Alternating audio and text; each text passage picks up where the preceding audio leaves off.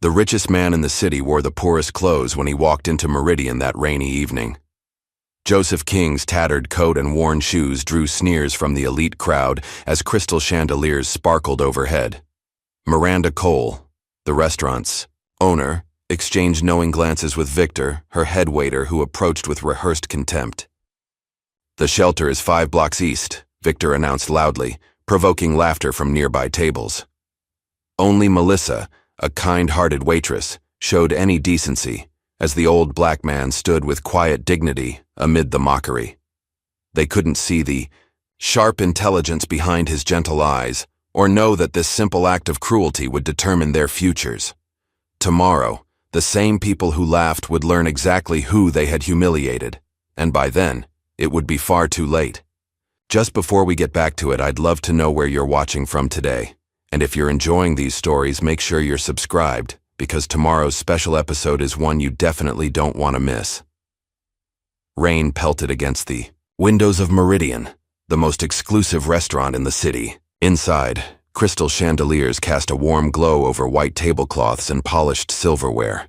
The soft murmur of conversation blended with gentle piano music as the city's elite enjoyed their evening meals. Fashion moguls clinked glasses with tech billionaires while celebrities hid behind corner tables, pretending they didn't want to be noticed. Miranda Cole surveyed her domain with cold satisfaction. At 45, she had built Meridian from nothing into the crown jewel of the city's dining scene.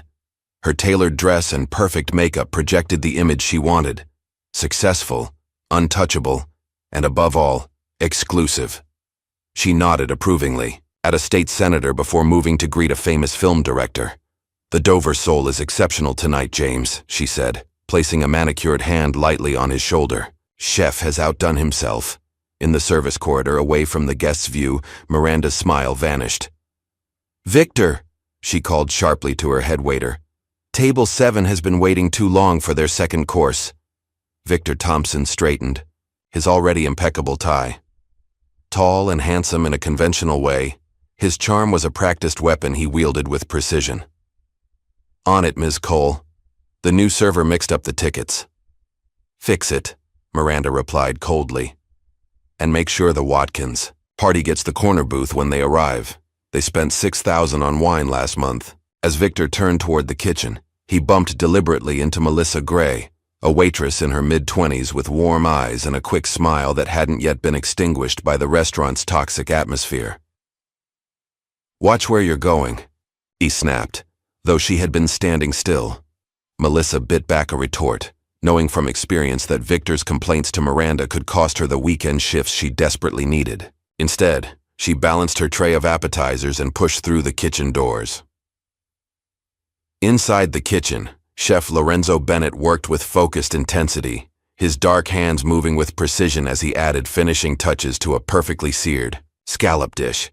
Unlike the chaos of many high-end kitchens, Lorenzo ran his with quiet authority. Each cook knew their place and role. "Table 12, order up," he called, sliding 2 immaculate plates onto the pass. Lorenzo checked his watch discreetly. 3 more hours until the end of service, then he could call the hospital to check on his daughter Emma. The 8-year-old had been born with a heart defect, and after years of managing with medication, she now needed surgery the family's insurance wouldn't fully cover. The $20,000 gap might as well have been $20 million on a chef's salary. Out in the dining room, the door chimed. The maitre d' looked up, his practiced smile faltering. Standing in the doorway, dripping from the rain, was an elderly black man in tattered clothes. His pants were worn thin at the knees, his sweater had visible holes, and his overcoat might once have been black but had faded to a patchy gray. He carried a plastic bag in one hand and leaned slightly on a simple wooden cane with the other. The maitre d' glanced around nervously, quickly moving to intercept before the unwanted visitor could be noticed by the prestigious clientele. "Sir, I believe you have the wrong address," he said in a low voice. The old man smiled gently. "No, I'm exactly where I intended to be. I'd like a table, please." His voice was surprisingly rich and well-modulated, with perfect diction that contrasted sharply with his appearance. This unexpected dignity momentarily confused the maitre d', whose training hadn't prepared him for homeless-looking people who spoke like professors. By now, several nearby diners had noticed the exchange. Whispers spread through the restaurant, along with uncomfortable glances and raised eyebrows. A woman at the nearest table made a show of covering her nose with a linen napkin. Miranda emerged from her office, immediately assessing the situation. With a slight nod to Victor, she conveyed her command. "Deal with this quickly." Victor approached with exaggerated caution, a mocking smile on his face. "Can I help you?" he asked loudly enough for nearby tables to hear. "The homeless shelter is 5 blocks east. This is a restaurant." The old man regarded Victor calmly. "I'm aware this is a restaurant, that's why I'm here. I'd like a table for one, please." A few diners chuckled. Victor's smile widened. "I'm afraid that's not possible. We have a strict dress code and—" He looked the man up and down with exaggerated disgust. "You clearly don't meet our standards." "I have money to pay," the old man said, reaching into his coat pocket. "Even if you found a 20 on the street, our cheapest entree is $60. Victor smirked. "Now, why don't you shuffle back to whatever cardboard box you call home before I call security?" The laughter grew louder. A young tech CEO at a nearby table held up his phone, clearly recording the exchange for social media. From her position near the bar, Melissa watched with growing discomfort. The old man stood perfectly still, his dignity intact despite the humiliation being heaped upon him. There was something in his eyes, not anger or shame, but a deep, careful observation. He was watching everything, missing nothing. "Sir?" Melissa stepped forward, ignoring Victor's glare. "Would you like me to call you a cab? It's raining pretty hard." The old man turned to her with a gentle smile. "That's kind of you, young lady, but unnecessary. I came here to dine." He turned back to Victor. "And I can afford whatever is on your menu." Victor laughed loudly. "Oh, I'm sure. And I suppose you flew here in your private jet?" "Listen, old-timer, this isn't a soup kitchen. Go bother someone else before you stink up the place." Miranda, deciding the entertainment had gone on long enough, stepped forward. "Victor, please, escort this gentleman out, and maybe give him one of yesterday's rolls for the road." The old man didn't move as Victor approached to take his arm. Instead, he looked directly at Miranda. "Ms. Cole, isn't it? The owner?" Miranda's perfect eyebrows rose in surprise. "You know who I am?" "I make it my business to know about places before I visit them," the old man replied evenly. "Now I understand you're concerned about your establishment's image, but you may want to reconsider how you treat your guests." He glanced around the room at the amused faces of the wealthy diners. "Things aren't always what they seem." Something in his tone made Miranda hesitate. Before she could respond, the maitre d' approached, with a concerned expression. "Ms. Cole, the Whitman party has arrived. The senator's wife is with them." Miranda's attention immediately shifted to the important guests. With a dismissive wave toward Victor, she instructed, "Handle this," before gliding toward the entrance. With her professional smile firmly back in place, Victor gripped the old man's arm tightly. "Time to go, Grandpa." The old man didn't resist, but before leaving he caught Melissa's eye. "Kindness is a rare virtue in places built on appearance," he said softly. "Don't lose it." As Victor practically shoved him through the door into the rain, the old man, who had not once raised his voice or lost his composure, disappeared into the wet darkness. The restaurant quickly returned to normal, the incident already becoming an amusing anecdote for the wealthy patrons to share later. Only Melissa stood watching the door, a strange feeling settling in her stomach. Who was this man? And why did she have the unsettling feeling that they hadn't seen the last of him? Morning light streamed through the windows of Miranda's office as she stared at her computer screen, the glow reflecting off her tense face. Despite Meridian's packed reservation book and sky-high prices, the numbers weren't adding up. Food costs had skyrocketed, repairs to the aging kitchen equipment had been unexpectedly expensive, and the rent for the prime location had just increased by 15%. She took a sip of her third espresso of the morning and checked her email again. Still no response from the Harrison group, the investment firm she'd been courting for months. Without a significant cash infusion, Meridian would be bankrupt within 6 months, a humiliating end to what she'd built through years of calculated networking and ruthless business decisions. The phone on her desk rang. "Ms. Cole, there's a call from Bellevue Hospital regarding Chef Bennett's payment plan," her assistant said. Miranda sighed. "Take a message, and remind Lorenzo that personal calls should be handled on his own time." She returned to the spreadsheets, looking for anything she could cut further. Staff had already been reduced to the minimum. Perhaps they could switch to cheaper suppliers for some ingredients. The customers would never know the difference as long as the presentation remained elegant. A knock at her door interrupted her thoughts. Victor stood there with his daily report. "The lunch service is covered, but Williams called in sick again," he said, stepping into the office uninvited. "I think he's interviewing at Carson's downtown." Miranda frowned. "Fire him. I don't tolerate disloyalty." "Already done," Victor smirked. "I also switched the schedules so I have Gray's section tonight. The Anderson party tipped 400 last time they were here." "Fine, but make sure she doesn't complain to the other staff. The last thing I need is more talk about tip theft." Victor's smile didn't waver. "She knows better than to say anything. I made that quite clear after the last time." Miranda nodded absently, already returning to her financial problems. "The Harrison Group is sending someone to evaluate us for investment. I need everything perfect when they arrive." "Of course," Victor replied smoothly. "I'll make sure of it. Anyone who doesn't meet standards can join Williams in the unemployment line." Meanwhile, in the quietest corner of the kitchen prep area, Lorenzo Bennett spoke in hushed tones on his cell phone. "Yes, I understand the hospital needs payment before scheduling the surgery." He closed his eyes, pinching the bridge of his nose. "I can have another 3,000 by the end of the week. Please, my daughter's condition is getting worse." The voice on the other end was sympathetically firm. Without at least half of the $20,000 needed for Emma's heart operation, they couldn't schedule the procedure. "I'll figure something out," Lorenzo promised before ending the call. He leaned against the cold steel prep table, momentarily overcome.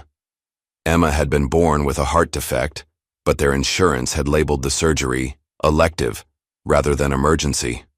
For 3 years, he'd been working double shifts and catering private events on his days off, trying to save enough, but Emma's condition was deteriorating faster than he could save. "Chef?" A sous chef poked his head around the corner. "The fish delivery is here, but it doesn't look fresh." Lorenzo straightened, tucking his personal problems away behind his professional mask. "I'll check it." As he inspected the fish, which was indeed past its prime, Lorenzo made a mental calculation. If he accepted this delivery but negotiated a discount, claiming it was substandard, he could pocket the difference in cost. The thought made him sick, but Emma's pale face flashed in his mind. He'd do anything for her, even compromise his professional standards. "Tell them we'll take it at 60% of the invoice price," he told the delivery man, "and not a penny more." Across the restaurant, in the locker room where servers prepared for their shifts, Melissa Gray carefully counted the tips from her lunch service. $42. Not great, but better than nothing.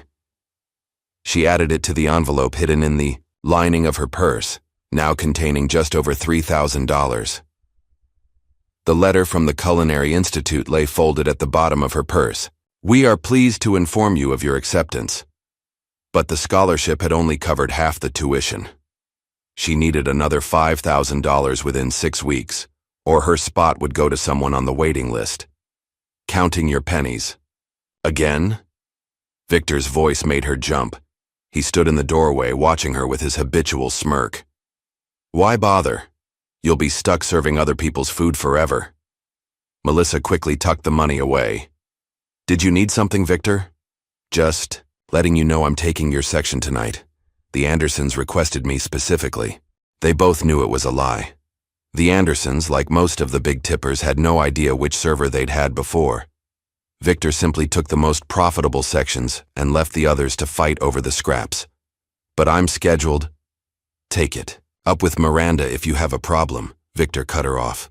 "Oh, wait. She's the one who approved the change. After he left, Melissa fought back tears of frustration. She needed that section tonight. At the rate Victor was stealing her tables, she'd never save enough in time. The afternoon passed in a blur of preparations for the evening service. Silver was polished, tables were set with precise measurements between each piece of cutlery, fresh flowers were arranged, and wines were brought up from the cellar to breathe. Few of the staff noticed when the old man from the previous night appeared again, this time sitting on a bench across the street, seemingly watching the restaurant. From time to time, he made notes in a small book or spoke briefly into an old flip phone. A young homeless woman approached him, clearly asking for money. Instead of ignoring her or giving her spare change, the old man spoke with her at length. After their conversation, he walked with her to a nearby coffee shop, where they sat talking for nearly an hour. Inside Meridian, Victor happened to glance out the window and spotted the old man. "Look who's back," he sneered to another server. "The old bum from last night, probably hoping for handouts from people leaving the restaurant." "Maybe he's casing the place," the other server suggested. Victor laughed. What's he going to steal? He could barely walk. Probably just some crazy old man with dementia who wandered away from his caretaker. As evening approached, the restaurant began to fill with the dinner crowd. The maitre d' greeted each guest with practiced deference. Escorts whisked coats, away to be hung with care, and servers glided between tables with choreographed efficiency. And then, surprising everyone, the old man returned. This time, he had clearly made an effort with his appearance. His clothes, while still old and worn, were cleaner. His white hair was neatly combed, and he had shaved his salt and pepper beard. He carried himself with the same quiet dignity as before. The maitre d' recognized him immediately and signaled to Victor, who approached with a look of disbelief. "You again? Didn't you get the message yesterday? This isn't a place for people like you." The old man met Victor's gaze steadily. "I believe you're legally required to serve any customer who can pay and isn't disturbing others. I'm neither disruptive nor unable to pay." Victor's face darkened. "Listen, old man." "Joseph," the old man interrupted calmly. "My name is Joseph King, but most people call me Old Joe." "I don't care if they call you the King of England," Victor hissed. "You're not welcome here." Miranda appeared beside them, her business smile firmly in place. "Is there a problem?" "This gentleman was just leaving," Victor said pointedly. Joe turned to Miranda. "Ms. Cole, I understand your concern for your establishment's image, but I assure you, I can pay for my meal, and I won't disturb your other guests." Miranda assessed the situation quickly. The restaurant was full, and several patrons were already watching the exchange with interest. Making a scene would be worse for business than seating one oddly dressed old man. "Very well, Mr. King," she said coolly. "Victor will show you to a table." Victor's face registered shock, but he knew better than to contradict Miranda in front of customers. With barely concealed disgust, he led Joe to the worst table in the restaurant, right next to the swinging kitchen doors where servers constantly passed through. "Enjoy the ambiance," Victor said sarcastically, slapping a menu down on the table. Joe settled into his chair with calm dignity. "Thank you. I'm sure I will." As Victor stormed away, Melissa approached the table. "Would you like some water while you look at the menu, Mr. King?" Joe smiled warmly at her. "Yes, thank you, Melissa." She blinked in surprise. "How did you know my name?" "You're wearing a name tag," he replied with a gentle chuckle. "And you were kind to me yesterday when others weren't. I remember that sort of thing." Something about his manner put Melissa at ease. Unlike most customers who barely notice servers except to make demands, Joe looked her in the eye when speaking to her, as if she were a real person worthy of respect. In the kitchen, word spread quickly about the return of the old bum from the night before. Cooks peered through the service window to catch a glimpse of him. $5 says Victor spits in his food, one line cook wagered. 10 says the old guy is gone before the appetizers arrive, another replied. Lorenzo, focused on preparing a complex sauce, paid little attention to the gossip until he heard Victor's voice raised in complaint. "I'm not serving him," Victor insisted. To Miranda. Make someone else do it. You'll do your job, Miranda replied firmly.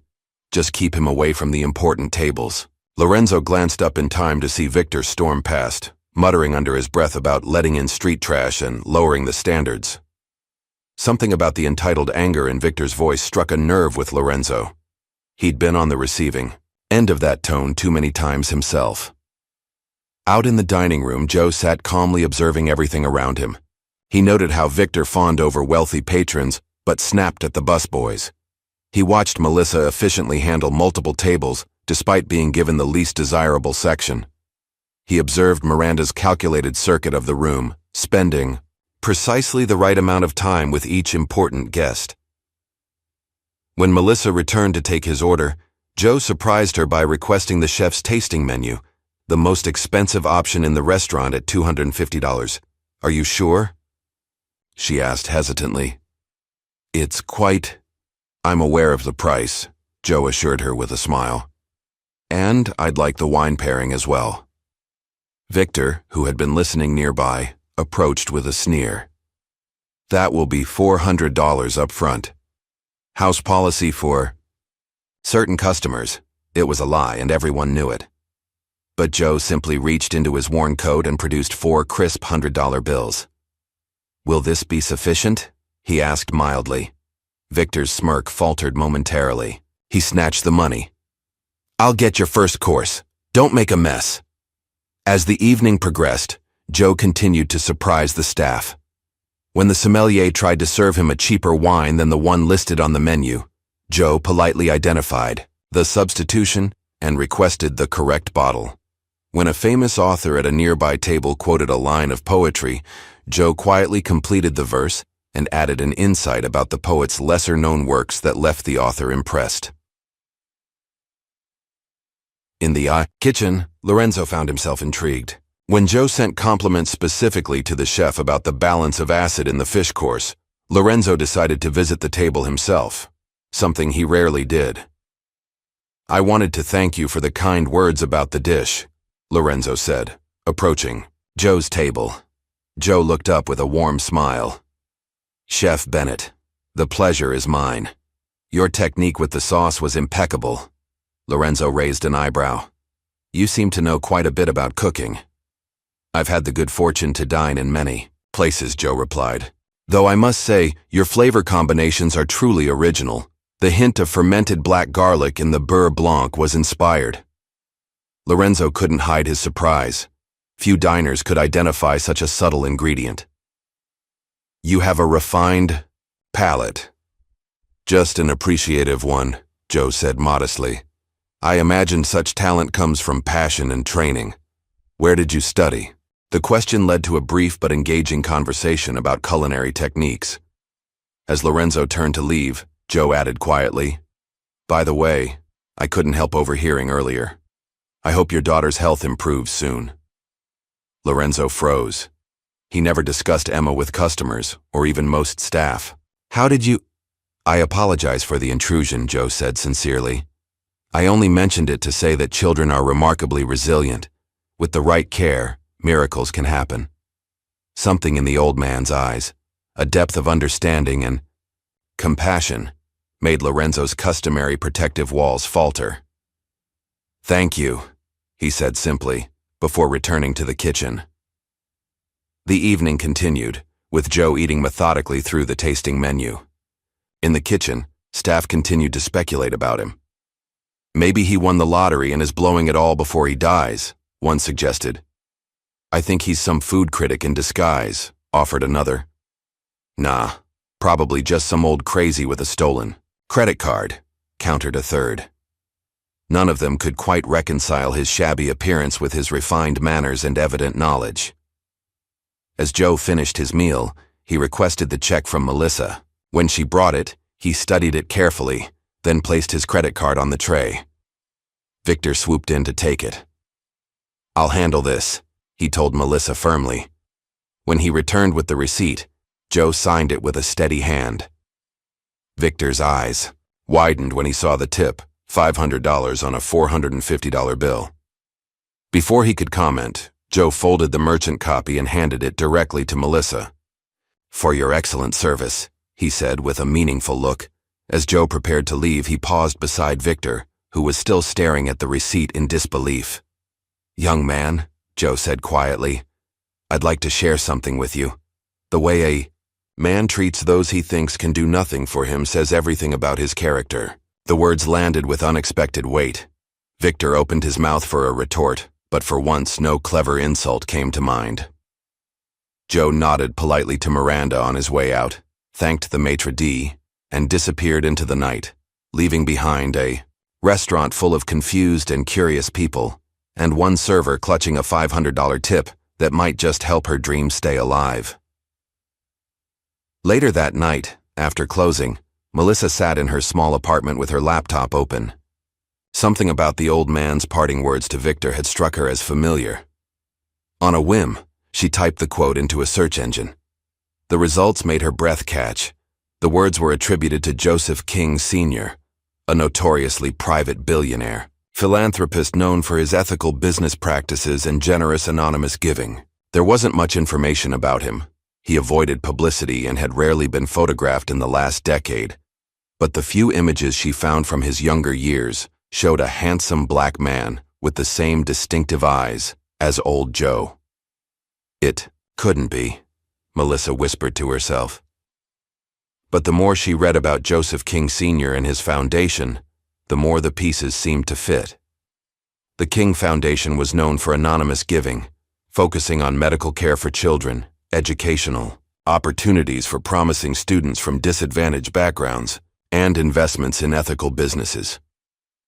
As Melissa dug deeper into articles about Joseph King Sr.'s business philosophy, one quote stood out: "I never invest in any business until I've seen how they treat their least powerful customers and their most vulnerable employees.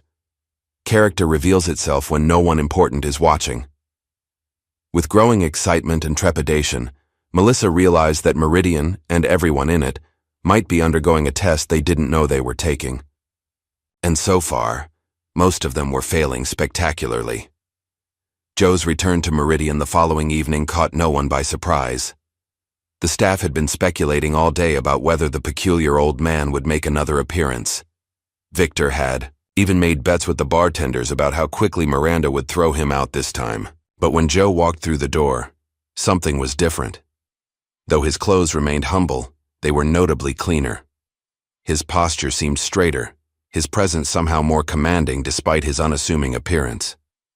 The maitre d' approached with considerably more respect than the previous night. "Good evening, Mr. King. Would you prefer the same table as yesterday?" "That would be fine, Thomas," Joe replied, using the maitre d's name though the man wasn't wearing a visible name tag. Victor watched the exchange from across the room, his face darkening. The $500 tip from the previous night still rankled him. Money. That should have been his in his estimation. Tonight he'd make sure to handle the old man's table personally. "I'll take care of Mr. King," Victor announced, stepping forward with a smile that didn't reach his eyes. Joe nodded pleasantly as Victor led him to the same table by the kitchen door. The constant swinging of the door and the noise from the kitchen made it the least desirable spot in the restaurant, but Joe settled in without complaint. "Our specials tonight are overpriced for what they are," Victor said with barely disguised contempt.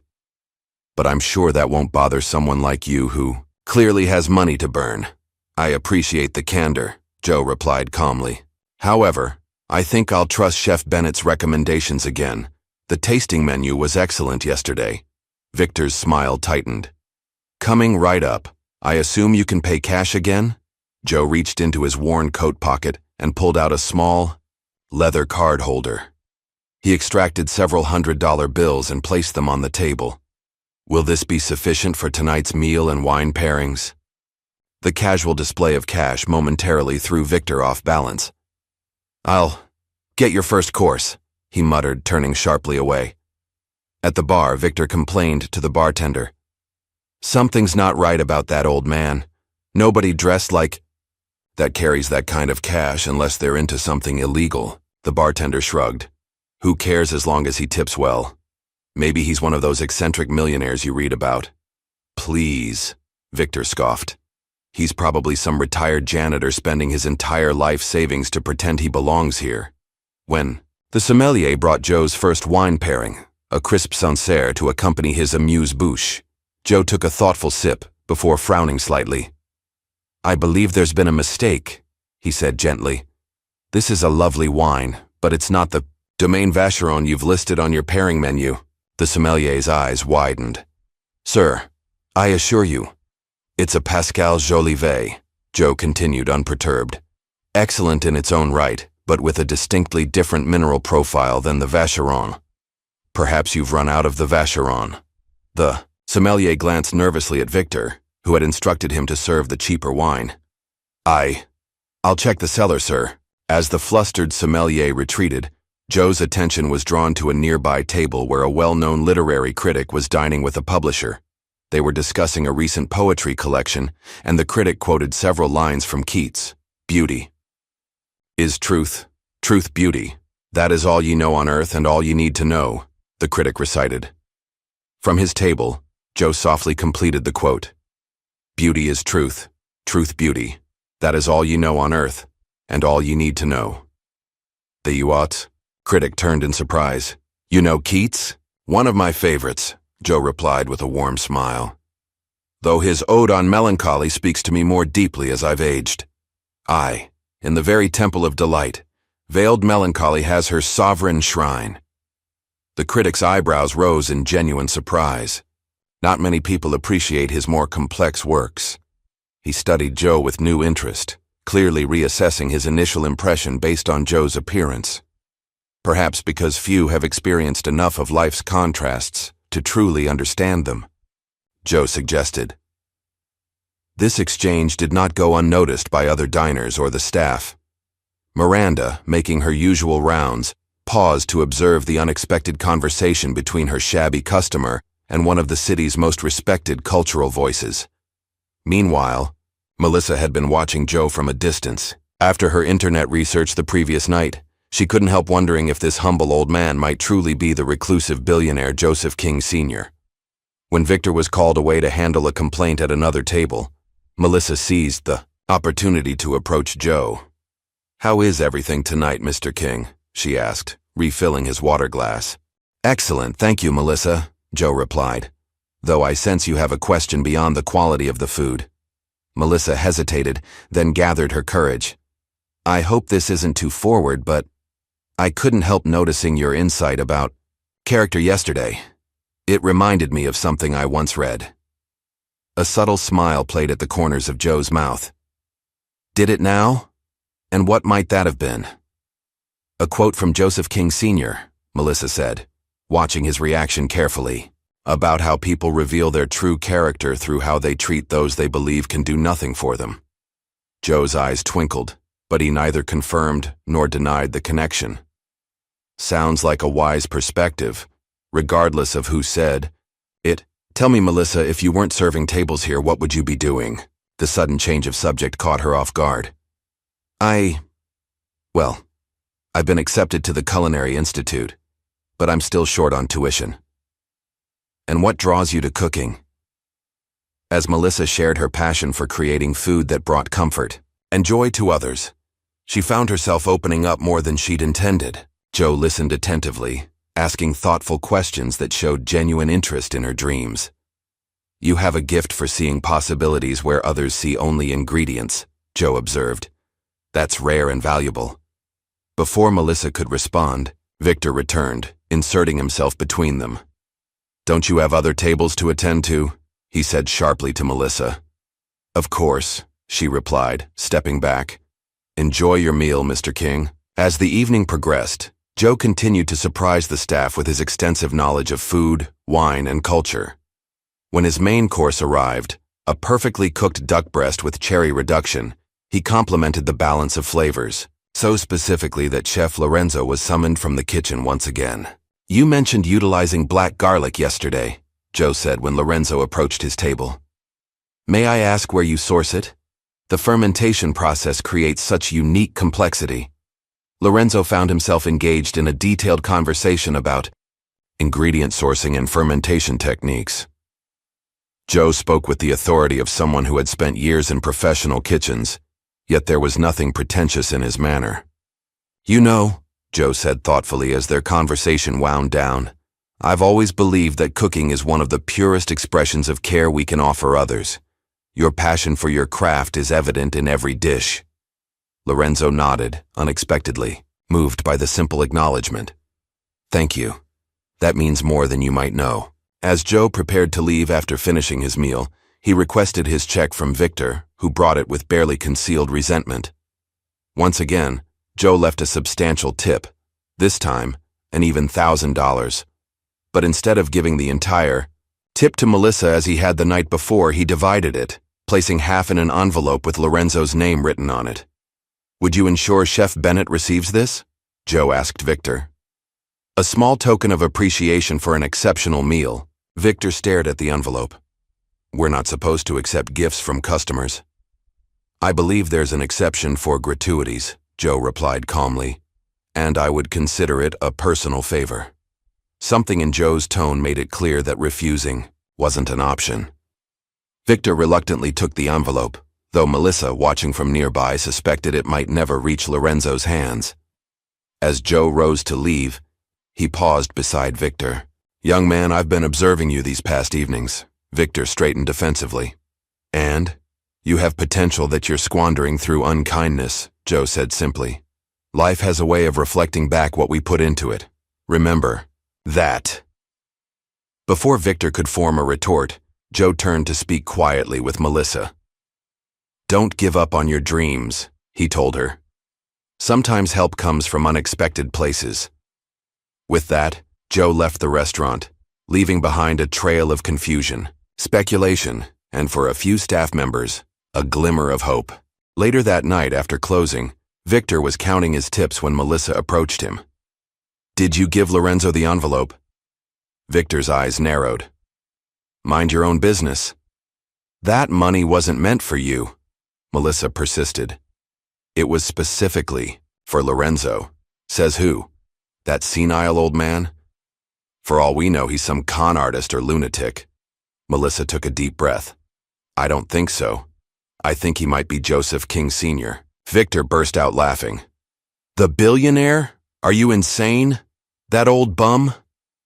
"I looked him up last night," Melissa explained. "The King Foundation is known for testing businesses by sending representatives in disguise. And that quote he mentioned, it's directly attributed to Joseph King Sr. in several interviews." "You've been watching too many movies," Victor scoffed. "Next you'll tell me he's secretly a prince in disguise." But despite his dismissive words, doubt flickered across Victor's face. He'd noticed the old man's refined speech, his extensive knowledge, the way he carried himself with quiet authority, and those cash tips. Meanwhile, in his office, Lorenzo found a business card that had been slipped under his door. It contained only a phone number and the words, "King Foundation, Children's Medical Fund." With trembling hands, he dialed the number, barely daring to hope. Morning light filtered through the windows of Melissa's small apartment as she hunched over her laptop, surrounded by printouts of articles and notes. She'd been up half the night researching Joseph King Sr. and his foundation after her shift ended.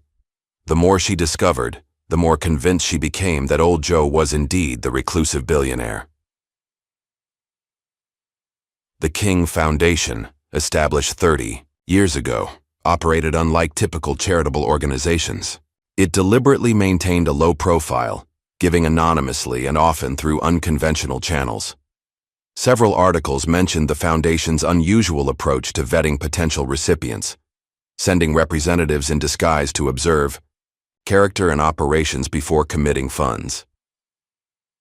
One business owner in Detroit described how an elderly custodian had frequented his struggling community bakery for weeks before revealing himself as a representative of the King Foundation and offering a substantial investment. A children's hospital in Chicago reported a similar story about a shabby but kind visitor who turned out to be connected to the foundation's medical funding program.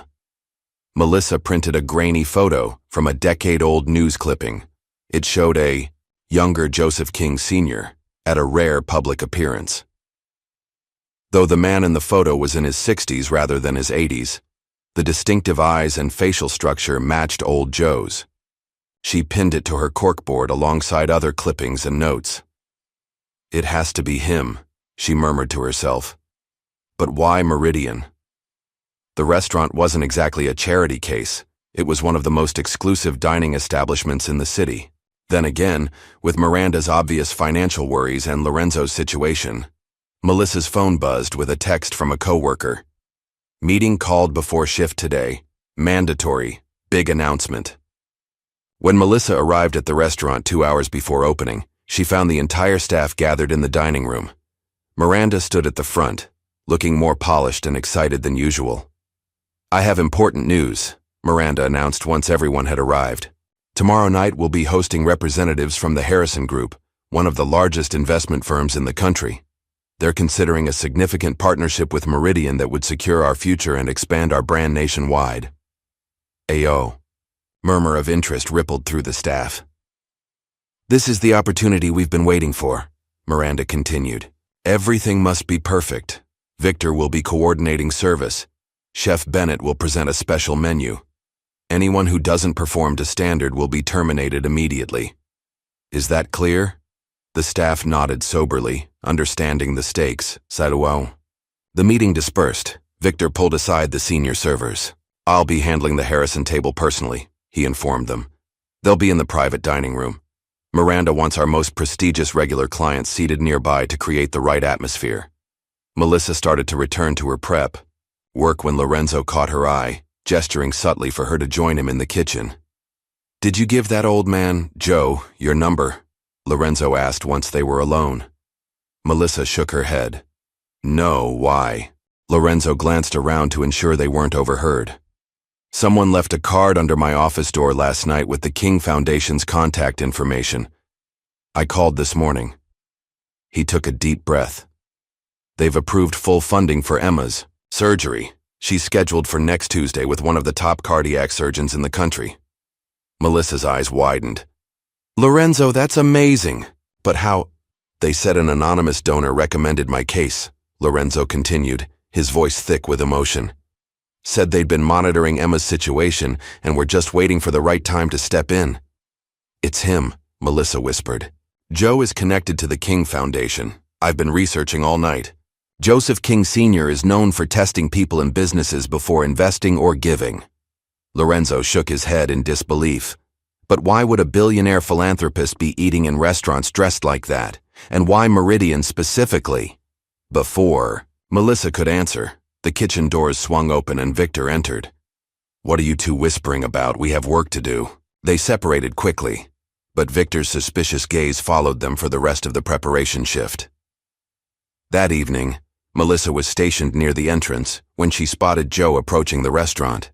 He was dressed slightly better tonight, still humble clothing, but with a clean button-up shirt replacing his usual worn sweater. She tried to catch his eye as he entered, but the maitre d' immediately escorted him to a table in Victor's section. Throughout the evening, Melissa found reasons to pass near Joe's table, hoping for a moment to speak with him. She noticed he wasn't ordering the elaborate tasting menu tonight, but instead sat nursing a single glass of wine and observing the restaurant operations with quiet attention. During a brief lull, Melissa finally managed to approach. "Good evening, Mr. King. Can I get you anything else?" Joe smiled warmly. "Just some company for a moment if you can spare it." Melissa glanced around to make sure Victor wasn't watching, then slid into the chair opposite Joe. "I wanted to thank you," she said in a low voice, "for what you did for Lorenzo's daughter." Joe's expression revealed nothing.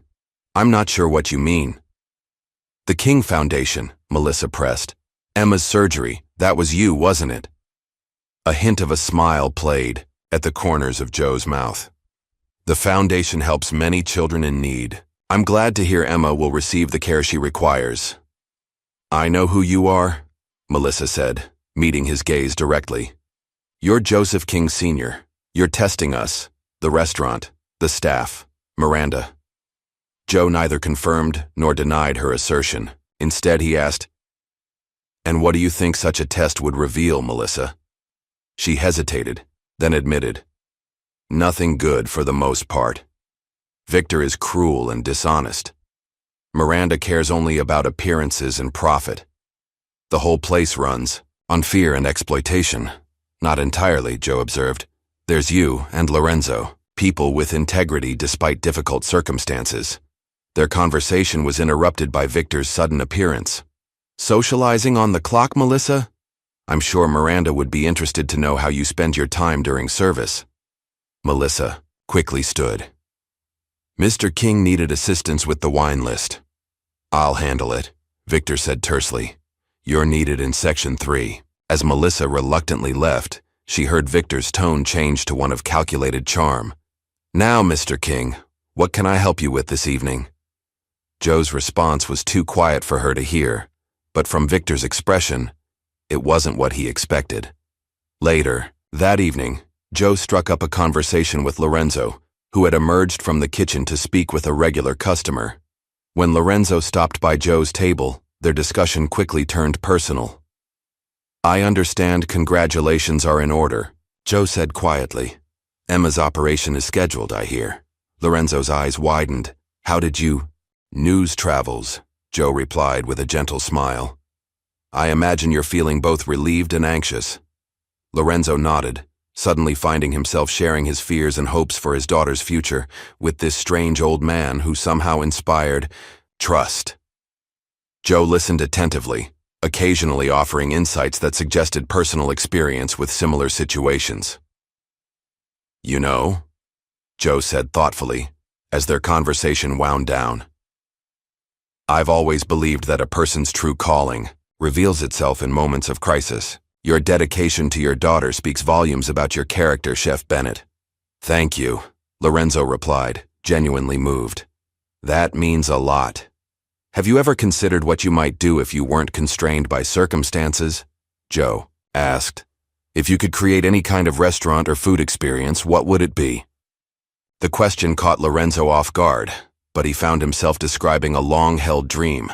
A community-focused restaurant that would offer high-quality food at accessible prices, with a training program for aspiring chefs from disadvantaged backgrounds. Joe listened intently, occasionally asking insightful questions that helped Lorenzo articulate his vision more clearly. By the time they finished talking, Lorenzo had shared more of his personal dreams than he had with anyone in years. As the evening wound down, Miranda made her usual rounds of the dining room, stopping briefly at Joe's table. Her attitude toward him had evolved from disdain to cautious curiosity after witnessing his interactions with the literary critic and other respected patrons. I hope everything has been satisfactory, Mr. King, she said with her professional smile. The food was excellent as always, Joe replied. Chef Bennett is quite talented. Yes, we're fortunate to have him, Miranda agreed smoothly. Though between us, his background is somewhat unconventional for an establishment of this caliber. Joe's expression remained pleasant, but something in his eyes hardened slightly. I've found that true talent often emerges from unexpected places, Ms. Cole. The trick is recognizing it rather than being distracted by packaging. The subtle rebuke wasn't lost on Miranda, whose smile faltered momentarily. Of course, will we be seeing you tomorrow evening? We're hosting a special event. I wouldn't miss it, Joe assured her. After Joe left, Victor cornered Melissa in the service area. What did you tell that old man about me? Nothing, Melissa replied truthfully. He was asking questions about how tips are distributed and how long I've worked here, Victor said, his voice tight with suspicion. What game are you playing? I'm not playing any game, Melissa insisted. Maybe he's just curious. Victor leaned closer, his voice dropping to a threatening whisper. Listen carefully. That Harrison Group meeting tomorrow is my ticket out of this place and into something bigger. If you do anything to mess that up, I'll make sure you never work in a decent restaurant again, understand?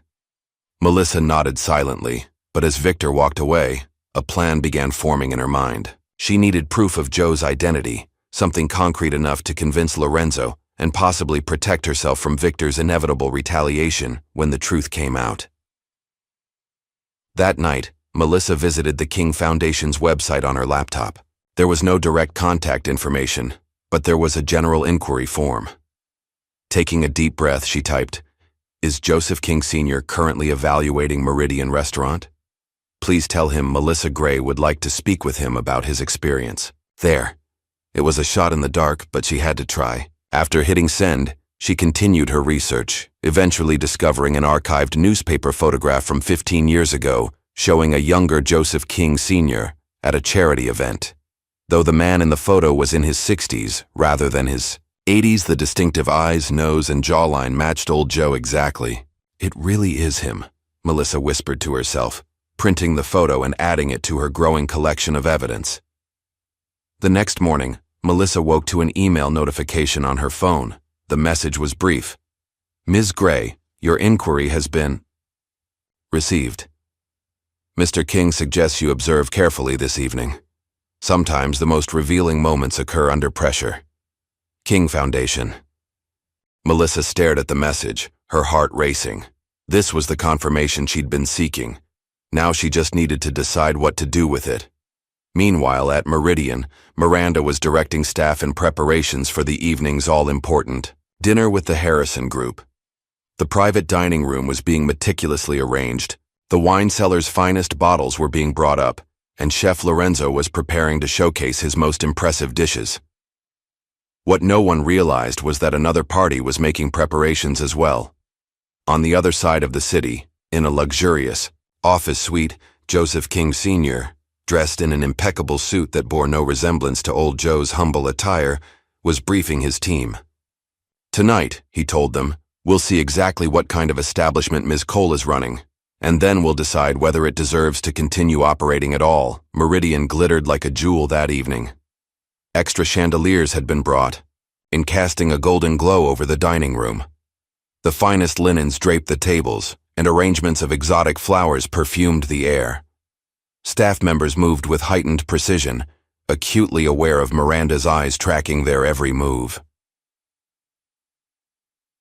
Tully. Her office, Miranda applied another coat of lipstick, scrutinizing her reflection. Tonight would determine Meridian's future, and her own. The Harrison Group representatives were due to arrive in less than an hour. If they agreed to invest, her financial troubles would vanish overnight. If not, she pushed the thought away. Failure wasn't an option. "Ms. Cole?" Victor knocked on her open door. "Everything is ready. The private dining room is prepared, and Chef Bennett's menu has been approved." "And the guest list?" "All confirmed." "Yes. We have 3 city council members, that tech CEO from Silicon Valley, and several social media influencers strategically seated near the private room. The Harrison party will see that we cater to the right clientele." Miranda nodded approvingly. "Perfect. What about the press?" "Food critic from the Tribune is at table 9. The lifestyle blogger is at 11. Both have been given complimentary champagne." "Excellent." Miranda smoothed her dress. "This has to be flawless, Victor. I've staked everything on tonight." "I understand." Victor hesitated. "There's one small issue. That old man, Joe. He's made another reservation." Miranda's expression darkened. "Cancel it." "I tried. He insisted. And after the way he's been tipping, the staff is eager to serve him." "Fine. Put him somewhere out of sight, far from the Harrison party, and make sure he doesn't cause any disruption." As Victor left, Miranda reached for the vodka bottle in her desk drawer. One quick shot to steady her nerves. Tonight would change. Everything. She couldn't allow any distractions. Meanwhile, in the kitchen, Lorenzo worked with focused intensity. His hands moved with practiced precision as he prepared elements for the evening's special menu. But his mind was elsewhere, with Emma, who would finally receive her life-saving surgery next week thanks to the mysterious King Foundation. "Chef?"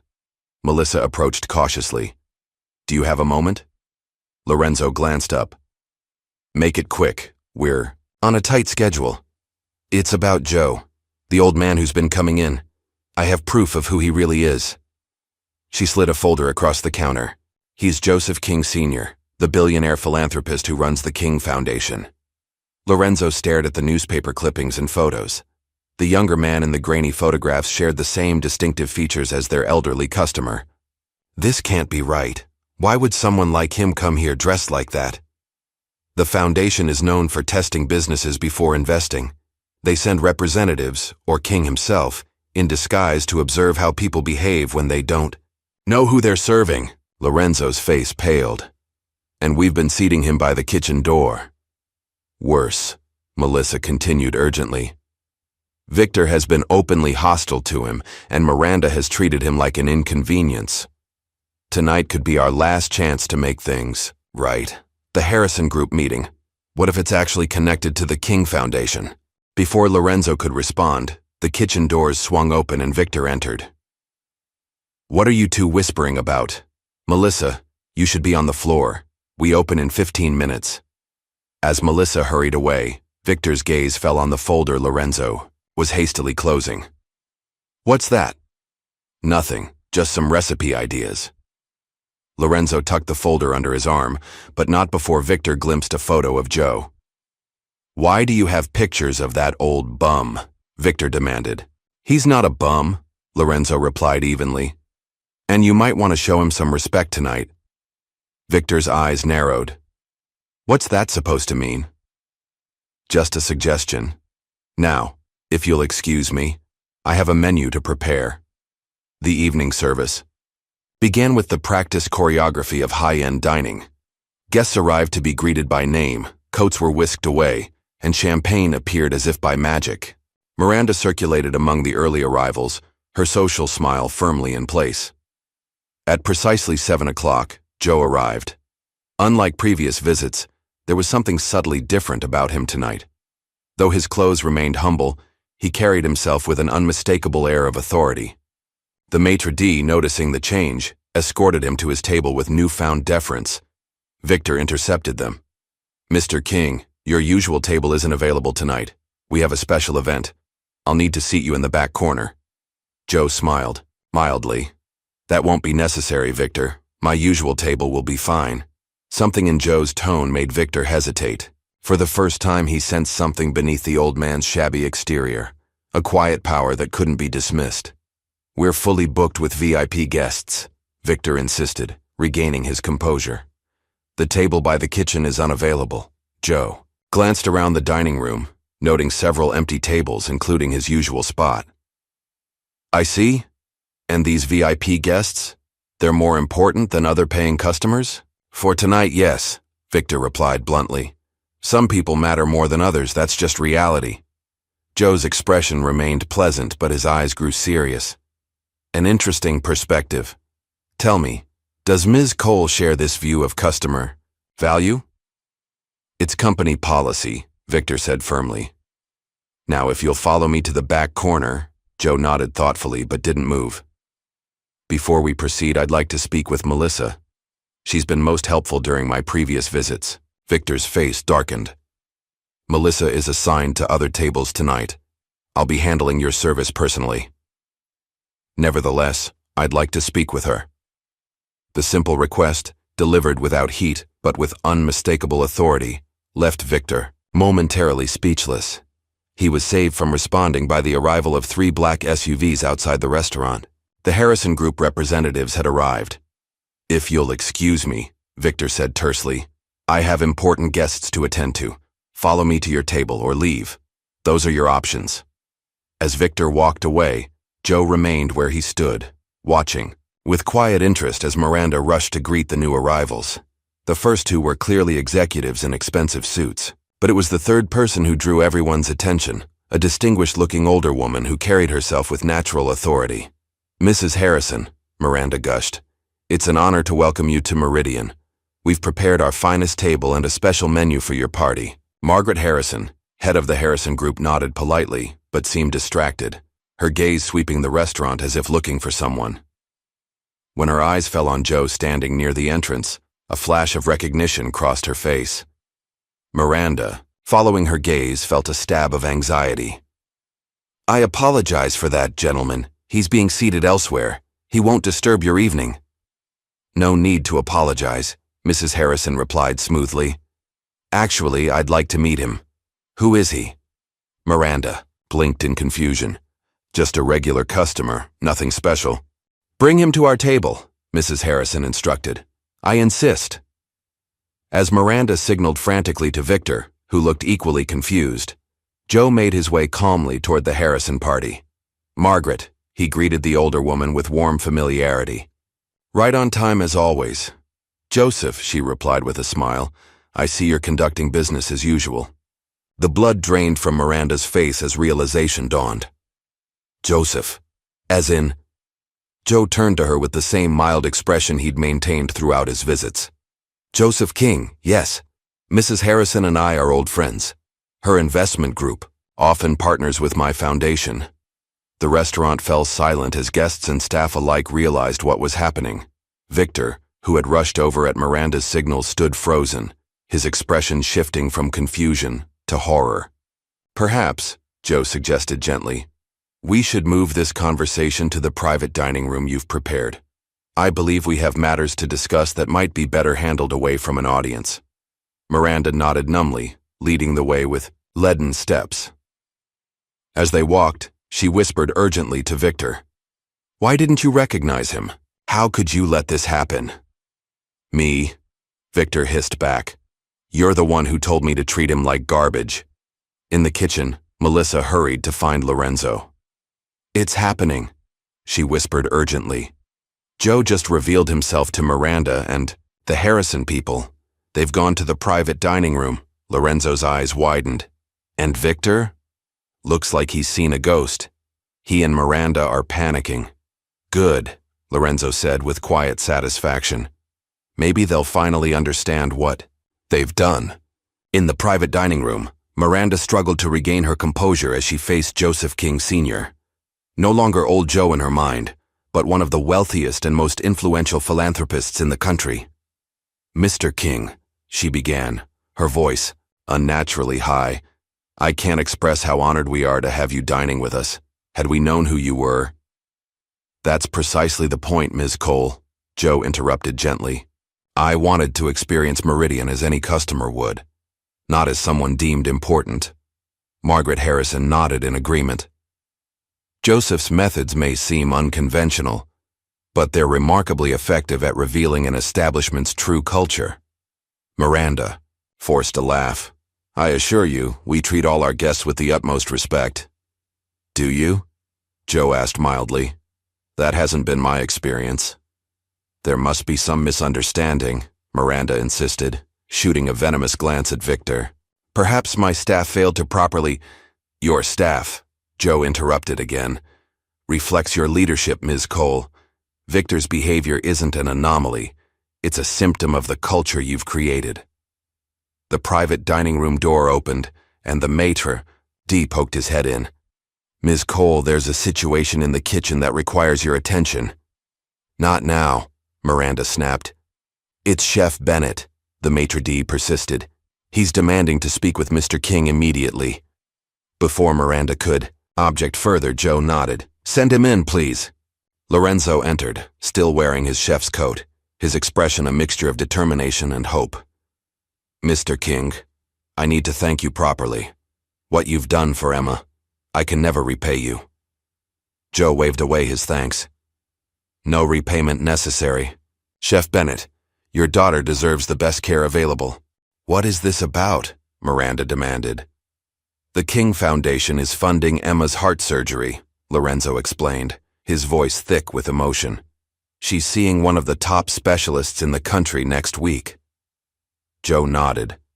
Lorenzo's dedication to his craft despite his personal struggles impressed me. He puts his heart into every dish, even when those he serves don't appreciate his efforts. The implied criticism wasn't lost on Miranda, whose face flushed with anger. Before she could respond, Victor stepped forward, his mask of arrogance replaced by desperate charm. Mr. King, if there have been any misunderstandings during your visits, I take full responsibility. Had I known who you were... That's exactly the problem, Joe interrupted, his voice suddenly stern. You believed it necessary to know my status before deciding how to treat me with basic human dignity. The private dining room door opened again, and Melissa entered tentatively. I'm sorry to interrupt, but Ms. Gray, Joe greeted her warmly, please join us. We were just discussing Meridian's approach to customer service. Miranda's eyes darted between Melissa and Joe, noting their familiar interaction. You two know each other? Melissa was the only person who showed me consistent kindness during my visits, Joe explained, regardless of my appearance or perceived status. Victor's face darkened with rage. You put her up to this. She knew who you were all along. No, Melissa replied firmly. I figured it out on my own after seeing how Mr. King was treated. Unlike some people, I pay attention to character, not clothing. The tension in the room was palpable as Victor took a threatening step toward Melissa. That's enough, Joe's voice cut through the room like steel. Though he hadn't raised his volume, the authority in his tone stopped Victor instantly. Your behavior right now only confirms what I've observed over the past 3 evenings. Joe turned to address Margaret Harrison. Margaret, I believe we've seen enough to make our decision. Mrs. Harrison nodded gravely. Indeed we have, Joseph. Miranda, sensing her opportunity slipping away, made one last desperate attempt. Mr. King, Mrs. Harrison, please. Whatever impressions you've formed, I assure you they don't reflect Meridian's true values. If you'll give us another chance to show you. I've had 3 chances, Ms. Cole, Joe replied evenly. Each night I watched how you and your staff operate. I saw how you treat those you deem important versus those you don't. I observed the fear you instill in your employees, the corners you cut with food quality, and the toxic culture you've created. Miranda's professional facade crumbled completely. This isn't fair. You came in looking like a homeless person. What did you expect? Basic human decency, Joe answered simply. The same courtesy you'd show anyone. The room fell silent as the impact of his words sank in. In that moment, Victor's face contorted with a final surge of anger and resentment.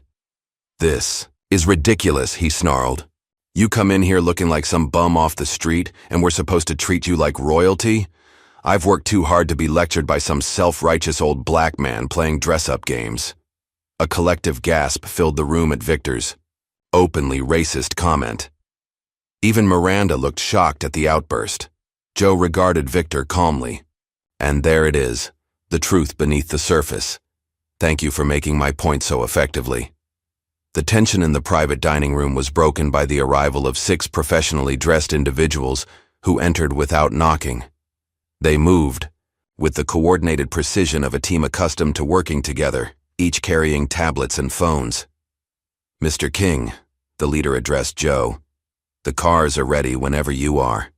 The mayor sends his regrets that he couldn't join tonight as planned. Joe nodded in acknowledgement before turning back to the stunned faces of Miranda and Victor. With deliberate movements, he removed his worn overcoat to reveal an impeccably tailored suit jacket underneath. From an inner pocket, he withdrew a pair of designer glasses which he put on with practiced ease. In seconds, his entire demeanor transformed. His posture straightened, his movements became more refined, and the full force of his authority filled the room. Joseph King Sr., chairman of the King Foundation and CEO of King Enterprises, he introduced himself formally.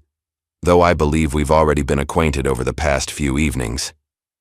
The shock on Miranda's face would have been comical under different circumstances. Victor had gone completely pale, his earlier bravado evaporated. But why? Miranda managed to ask. Why come to Meridian like that? I never invest in any business without seeing its true character first, Joe explained. The way an establishment treats its least powerful customers tells me everything I need to know about its values. One of Joe's assistants stepped forward, handing him a leather portfolio. The documentation you requested, sir. Joe opened the folder and scanned its contents. As of 9 o'clock this morning, King Hospitality Group acquired a controlling 51% stake in Meridian's parent company, Prestige Dining Concepts. Miranda gasped. That's impossible. PDC isn't for sale. Every company has its price, Mrs. Harrison interjected smoothly, especially those facing bankruptcy. Your parent company was quite eager to divest individual properties that were underperforming. Financially. Underperforming? Miranda sputtered.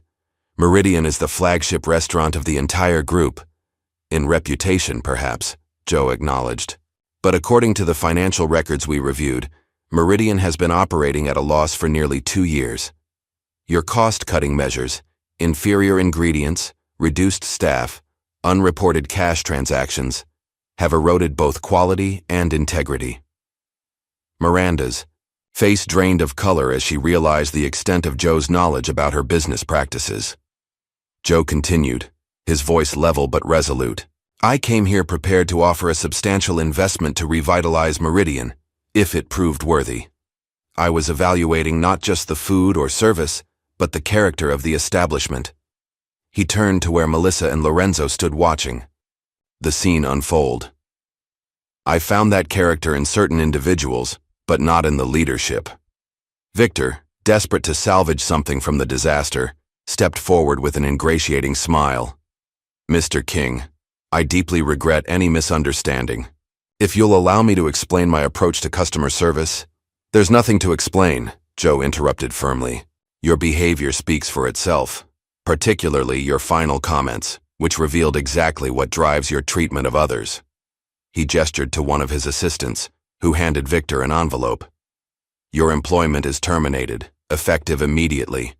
This contains severance equal to 2 weeks' pay, which is more generous than what you've offered to the staff members you fired on Ms. Cole's behalf. Victor stared at the envelope in disbelief. You can't fire me. You don't have the authority. As majority shareholder, I'm afraid I do, Joe corrected him. The severance is a courtesy, not an obligation, given the documented history of your conduct. Another assistant stepped forward, projecting documentation onto the wall of the private dining room, video clips of Victor's behavior over previous evenings, records of tip theft, and testimonials from former employees about his abusive practices. How did you get this? Victor demanded, his voice rising in panic. We've been monitoring Meridian for weeks, Joe explained. Not just during my visits. My foundation is thorough in its due diligence. Miranda, watching her restaurant empire crumble before her eyes, made one final desperate appeal. Mr. King, please, I've devoted my life to Meridian. Whatever mistakes have been made, I can fix them. Just tell me what you want changed. Joe regarded her thoughtfully. The problem. Ms. Cole isn't specific practices but the underlying values. You've created a culture where appearance matters more than substance, where certain people are deemed valuable while others are treated as disposable. He gestured toward the dining room beyond the closed doors.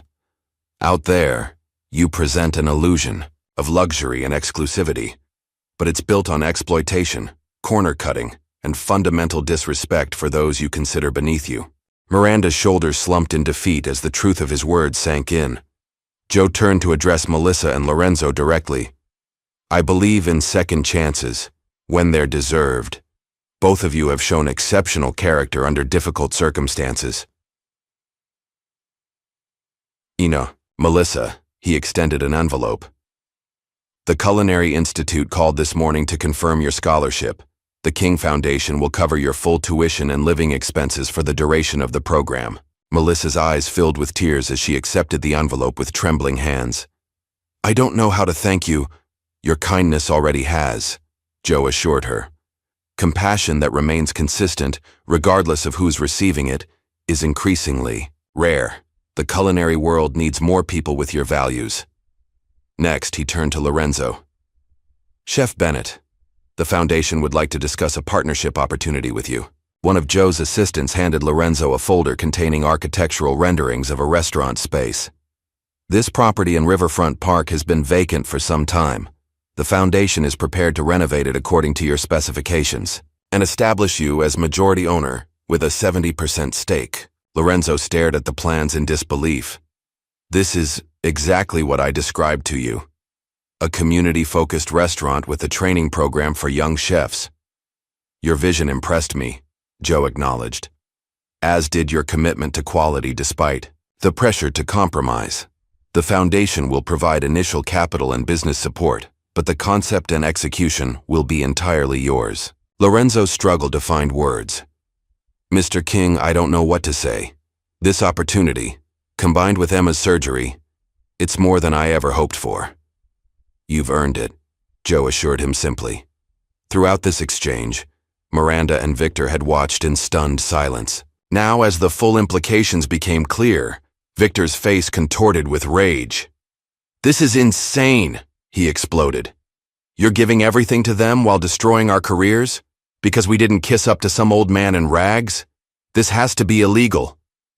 Joe regarded him calmly. "Nothing illegal about a majority shareholder making personnel changes, Mr. Thompson. As for your career, I suggest you use this as an opportunity for reflection. Success built on cruelty and prejudice is ultimately unsustainable." Victor stormed out, slamming the door behind him. Miranda, left alone to face the consequences, attempted one final negotiation. "What happens to me in all this? Is my career over as well?" "That depends on you," Joe replied evenly. "The Foundation believes in redemption as much as consequences. You'll retain 15% ownership of Meridian, but as a silent partner only. The restaurant will close for 3 months for complete restructuring, new management, retraining, and a revised business model that balances profitability with ethical practices." He handed her a business card.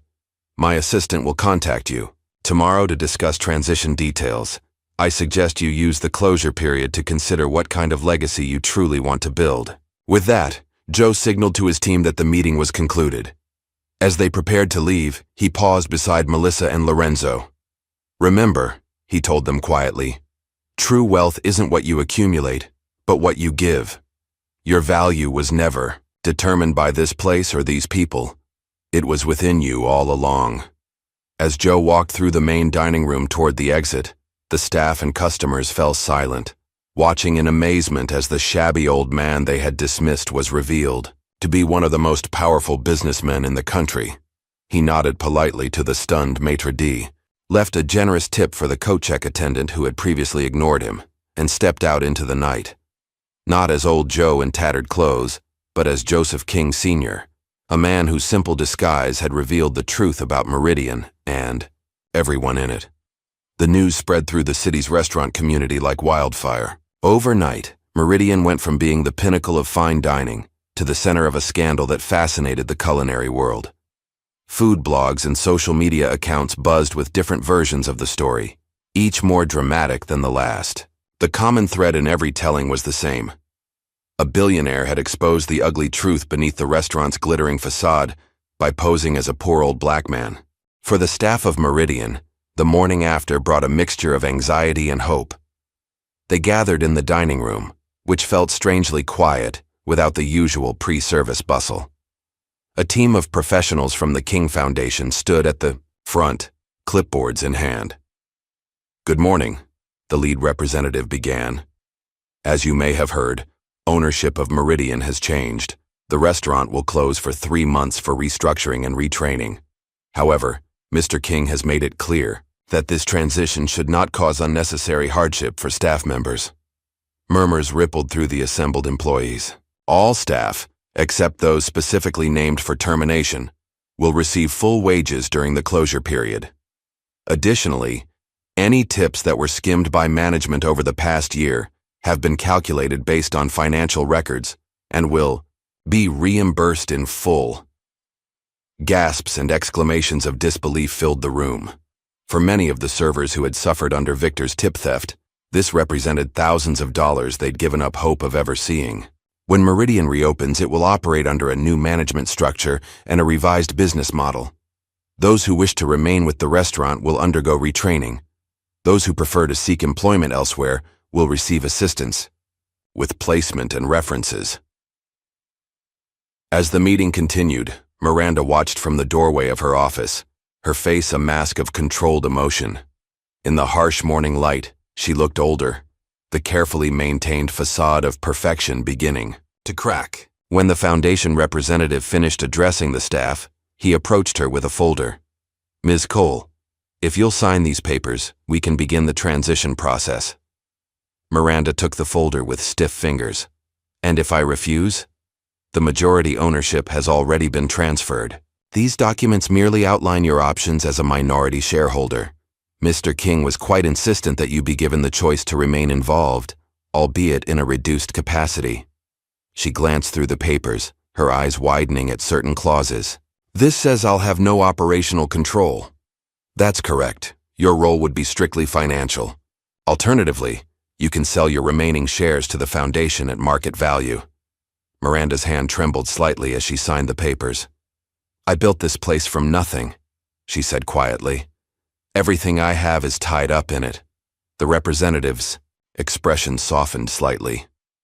Mr. King recognizes your business acumen, Ms. Cole. He believes your talents could be better directed. There's a note for you on the final page. Miranda flipped to the last page and found a handwritten note from Joseph King Sr. True success isn't measured by wealth or status, but by the positive impact we have on others. Consider this an opportunity to rebuild with a stronger foundation. Across town, Victor Thompson stormed into his apartment, slamming the door behind him. He threw his severance envelope onto the kitchen counter without opening it. His phone had been buzzing constantly with messages from friends and colleagues who had already heard about the previous night's events. He ignored them all, pouring himself a large whiskey instead. The humiliation burned worse than the alcohol. After years of carefully cultivating relationships with wealthy clients and influential industry figures, his reputation had been destroyed in a single evening. Victor pulled out his phone and began calling contacts at other high-end restaurants, hoping to secure a position before word of his termination spread too widely. The first call went to voicemail, so did the second. On the third call, the manager of a popular steakhouse answered but grew noticeably cooler when Victor identified himself. Sorry, Thompson. We're fully staffed at the moment. You were hiring last week, Victor pressed. I saw the listing. An uncomfortable pause followed. Look, we've heard what happened at Meridian. King Enterprises has a lot of influence in this town. Maybe try something in another city. One by one, doors closed. By evening, Victor had exhausted his list of contacts. No one was willing to hire the man who had publicly insulted Joseph King Sr. with racist comments. His carefully constructed career was collapsing around him. Meanwhile, in a hospital room across the city, Lorenzo sat beside his daughter Emma's bed, reading her a story. The 8-year-old's face lit up with each character's voice her father created, her illness momentarily forgotten in the joy of the tale. A knock at the door interrupted them. A distinguished older man in a white coat entered, followed by a nurse carrying a tablet. Chef Bennett? I'm Dr. Richardson, the King Foundation. Arranged for me to consult on Emma's case. Lorenzo stood to shake the doctor's hand. Thank you for seeing us. We've been waiting for this surgery for so long. Dr. Richardson reviewed Emma's chart on the tablet. I've studied her records. The procedure she needs is complex but has excellent outcomes when performed properly. I'd like to schedule her for next Tuesday. My team will perform the operation at no cost to your family. Next Tuesday? Lorenzo repeated in disbelief. We were told it would be months before she could get on the schedule. The foundation has made certain arrangements, Dr. Richardson explained diplomatically. Emma's case is now a priority. After discussing the details of the procedure and recovery process, Dr. Richardson left them with an encouraging smile. Try not to worry too much, Chef. Your daughter is in good hands. When they were alone again, Emma looked up at her father with wise eyes that seemed too old for her young face. That nice old man from your restaurant did this, didn't he?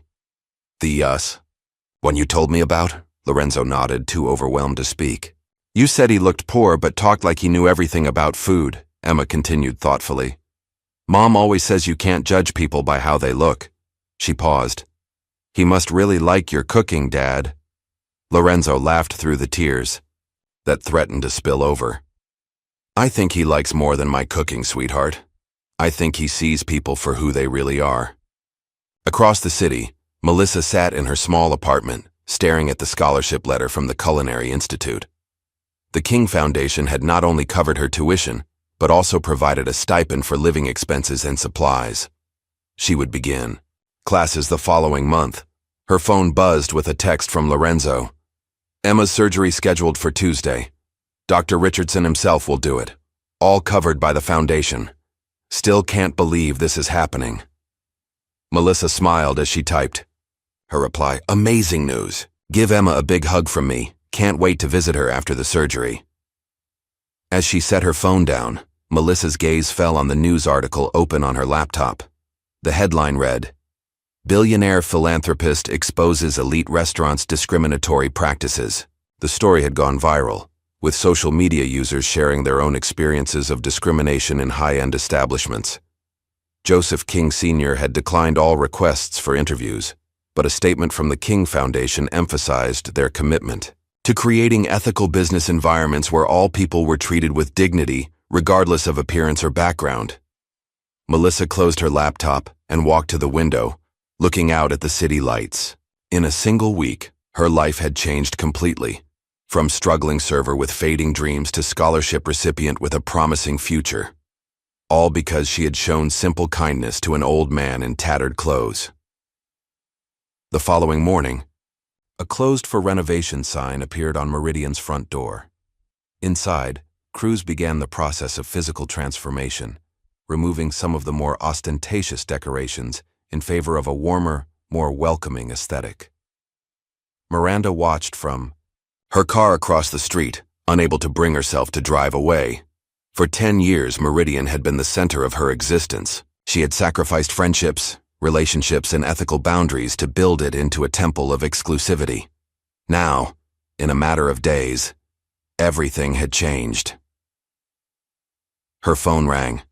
The display showed, "King Foundation.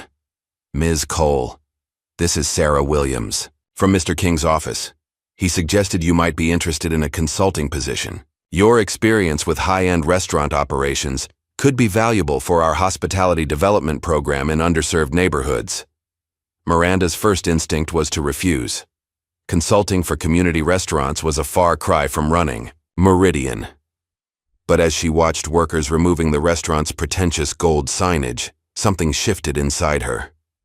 What exactly would this position entail? She asked carefully.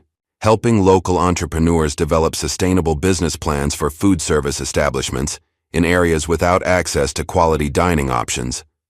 The salary is competitive, and there's potential for equity in successful ventures. It wasn't Meridian. It wasn't the glamorous life she had built for herself, but it was a chance to use her skills without the constant pressure of maintaining appearances at any cost. "I'll consider it," Miranda said finally. "Can you send me the details?" As weeks passed, the story of Joseph King Sr. and Meridian gradually faded from headlines, replaced by newer scandals and sensations. But its impact continued to ripple through the lives of those involved. Victor Thompson, unable to secure work in any respected restaurant in the city, eventually took a position as a server at an airport chain restaurant, the kind of establishment he had previously mocked. The irony wasn't lost on him as he forced smiles for hurried travelers who barely looked at his face, much less knew his name. Lorenzo spent every available moment at Emma's bedside during her recovery. The surgery had been successful, and her improvement was remarkable. During the long hours in the hospital, he had filled notebooks with ideas for his new restaurant, menu concepts, training programs, community engagement initiatives. Each day brought Emma closer to health, and Lorenzo closer to a dream he'd never thought possible.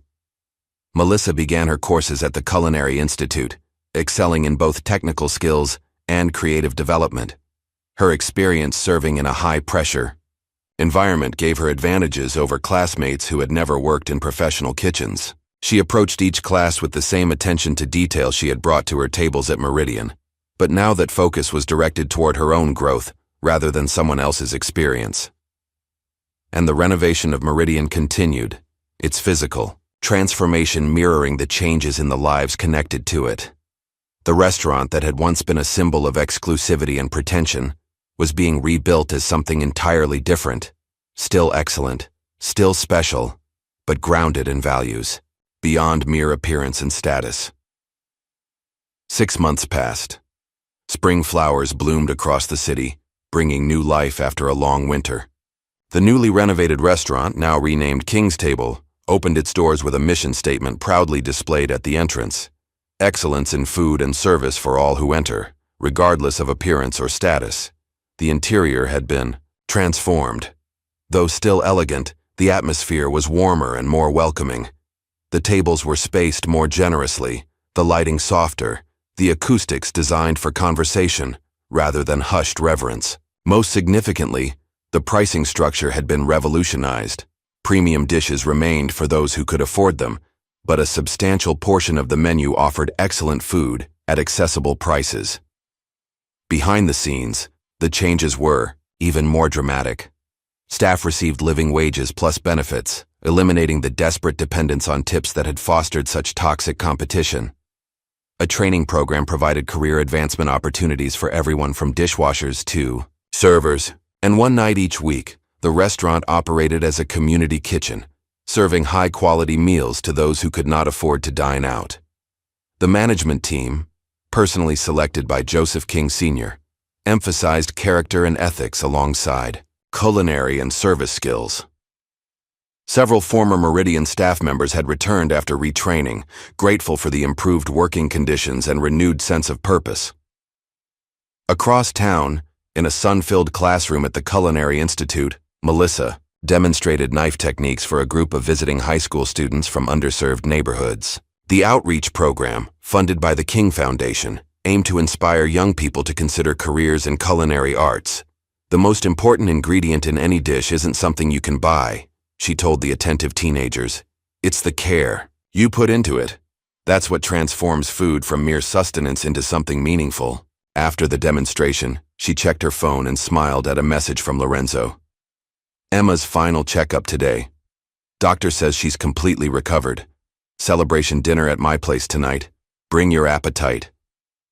Melissa texted back her acceptance before gathering her knives. In the 6 months since Meridian's closure, she and Lorenzo had developed a close friendship, supporting each other through their respective transitions. His new restaurant, Emma's Kitchen, was scheduled to open the following month, and Melissa had already agreed to intern there during her summer break from school. That evening, she arrived at Lorenzo's modest home, bearing a bottle of wine and a homemade dessert, a technical challenge from her pastry class that she'd perfected over several attempts. Emma answered the door, her face glowing with health. Melissa, Dad's in the kitchen pretending he's not nervous about you tasting his new recipes. Lorenzo appeared behind his daughter, wiping his hands on a kitchen towel. Don't listen to her. I'm not nervous at all about having a future master chef critique my cooking. The warmth between them had grown naturally over shared meals and conversations, bonding over their mutual experience of having their lives transformed by a chance encounter with Joseph King Sr. As they enjoyed dinner, Lorenzo shared updates about his new restaurant. The training program has 10 students enrolled already. Former foster care kids, people recovering from addiction, veterans transitioning to civilian life. All of them passionate about food, but lacking traditional opportunities. That's amazing, Melissa said sincerely. How's the renovation coming along? Almost finished. The King Foundation team is incredibly efficient. They've incorporated every element I asked for, even my crazy idea about the open demonstration.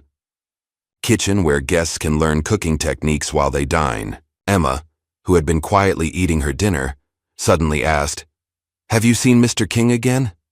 The one who helped us? Lorenzo and Melissa exchanged glances. Neither had personally encountered Joseph King Sr. since the night at Meridian, though. His influence remained present in their lives through the Foundation's ongoing support. Not directly, Lorenzo admitted, but his team checks in regularly about the restaurant progress. I heard he still goes around the city in disguise sometimes, Emma said matter-of-factly.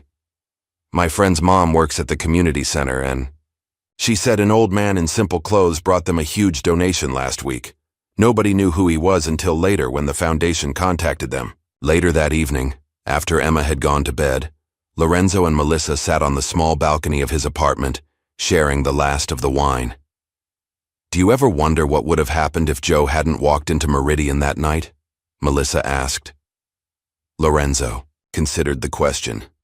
Emma might still be waiting for her surgery. I'd definitely still be working for Miranda, compromising my standards a little more each day just to keep my job. And I would have lost my spot at the Culinary Institute, Melissa added, probably still serving tables watching Victor steal my tips. It's strange how one person can change so many lives, Lorenzo mused. Not just through money, but through forcing us to confront who we really are. Across town, In a very different setting, Miranda Cole sat in a small community cafe. She had helped develop in a neighborhood that had previously been a food desert. The modest establishment bore little resemblance to Meridian's opulence, but there was an authenticity to it that her former restaurant had lacked. The consulting position with the King Foundation had evolved into a full-time role as director of their community restaurant initiative. To her own surprise, Miranda had discovered a genuine satisfaction in using her business acumen to create sustainable food service models in underserved areas. The cafe where she sat was the third successful opening under her guidance. The owner, a local woman who had previously run an informal catering business from her home kitchen, had just received a small business award for entrepreneurship. Miranda's phone chimed with an email notification. Opening it, she found a brief message from Joseph King Sr.'s office. Mr. King would like to meet to discuss expanding the community restaurant program nationally. Are you available next Tuesday? Miranda felt a flutter of nervous anticipation. She had not faced Joseph King Sr. directly since the night he had revealed his identity at Meridian. Though they had communicated through his foundation team, this would be their first face-to-face meeting since her humbling. She typed a simple reply. I would welcome the opportunity to discuss expansion. Tuesday works well. As she set down her phone, Miranda glanced around the bustling cafe. Tables were filled with local residents enjoying good food at reasonable prices. Staff members moved efficiently, but without the frantic pressure she had once imposed at Meridian. There was laughter, conversation, community. For the first time in her career, Miranda realized she had helped create something of genuine value. Not just a status symbol or a profitable business, but a place that improved the lives of those it touched. The revelation was both uncomfortable and liberating. The following day, the paths of those connected to the Meridian story intersected once more. The King Foundation hosted a preview dinner at the soon-to-open Emma's Kitchen, bringing together community leaders, culinary professionals, and foundation partners. Lorenzo presided over the kitchen with confident humility, directing his newly trained staff with respect and clear guidance. Each dish that emerged represented his vision of accessible excellence, sophisticated flavors and techniques applied to ingredients that ordinary people could recognize and afford. Melissa, given the night off from her studies to attend the event, watched her friend with pride. She had contributed several ideas to the menu during development, and Lorenzo had graciously credited her input. Miranda arrived late, slipping into the dining room quietly. Though invited in her capacity as foundation director, she felt a lingering awkwardness about facing Lorenzo and Melissa. To her surprise, both greeted her with professional courtesy rather than resentment. The concept is remarkable, Miranda told Lorenzo sincerely. You've created something truly unique here. Thank you, Lorenzo replied. I've had excellent guidance. His eyes moved meaningfully to the entrance, where Joseph King Sr. had just arrived. No longer disguised as Old Joe, Joseph King Sr. presented an impressive figure in a well-tailored suit, yet he carried himself with the same quiet dignity that had been evident even in his humble clothing. He moved through the room greeting guests, eventually making his way to where Lorenzo, Melissa, and Miranda stood. Chef Bennett, he said warmly, shaking Lorenzo's hand. The food is exceptional. Even better than I remembered from Meridian, now that it truly reflects your vision. Thank you, Mr. King, Lorenzo replied. None of this would exist without you. I merely provided opportunity, Joseph corrected gently. You provided the talent and character that made it worthwhile. He turned to Melissa. And how are your studies? Progressing, Ms. Gray? Extremely well, she answered with a genuine smile. I'm at the top of my class in both technique and theory. I'm not surprised, Joseph said. Your natural empathy gives you an advantage many chefs lack, the ability to truly consider the experience of those you serve. Finally, he acknowledged Miranda with a respectful nod. Ms. Cole, I've been following your work with the Community Restaurant Initiative. Most impressive. Miranda accepted the compliment with newfound humility. It's been educational. I've had to unlearn as much as I've learned. The most valuable growth often requires that, Joseph observed. As the evening progressed, Joseph circulated among the guests, eventually slipping away without fanfare. His characteristic preference for substance over ceremony unchanged despite the formal setting. The next morning, news outlets reported a remarkable anonymous donation to the city's Homeless Services Department. Enough funding to create a culinary training program and small business incubator for people transitioning out of homelessness. And in a small park, across town, an elderly black man in simple, clean clothes sat playing chess with a group of veterans. A young woman approached hesitantly, carrying a paper bag. "Excuse me," she said. "Are you Joseph King?" The old man smiled gently. "Just Joe. To my friends here. I work at Emma's kitchen," she explained. "Chef Bennett asked me to bring you this." She handed him the bag, which contained a carefully packed meal from the restaurant's menu. "Very kind of him," Joe said. "Would you like to join us for a game? While I enjoy this excellent food?" The young woman hesitated, then sat down at the chess table. "I should warn you, I'm not very good." "That's perfectly all right," Joe assured her. "We all start somewhere. It's the willingness to learn that matters most." As they set up the chess pieces, a businessman in an expensive suit walked past, barely glancing at the group of seemingly ordinary people engaged in their simple game. Joe watched him pass with the same observant eyes that had once assessed Meridian's culture of exclusivity and found it wanting. "Sometimes," Joe remarked to his new chess partner, "the richest souls wear the poorest clothes. And sometimes, those with the most to offer go unnoticed because others are too busy looking in the wrong places." He moved his first chess piece with the same deliberate care he had shown in transforming the lives of those who had crossed his path. Not through grand gestures alone, but through the profound impact of seeing people for who they truly were, beneath whatever disguises they wore, whether of poverty or pretension. Have you ever wondered what the world might see if your true character was put to the test when no one important was watching? The way we treat those we think can't benefit us reveals everything about who we really are. If this story touched your heart, please like, subscribe, and share for more powerful narratives that challenge us to look deeper. Your support helps these stories reach those who need them most.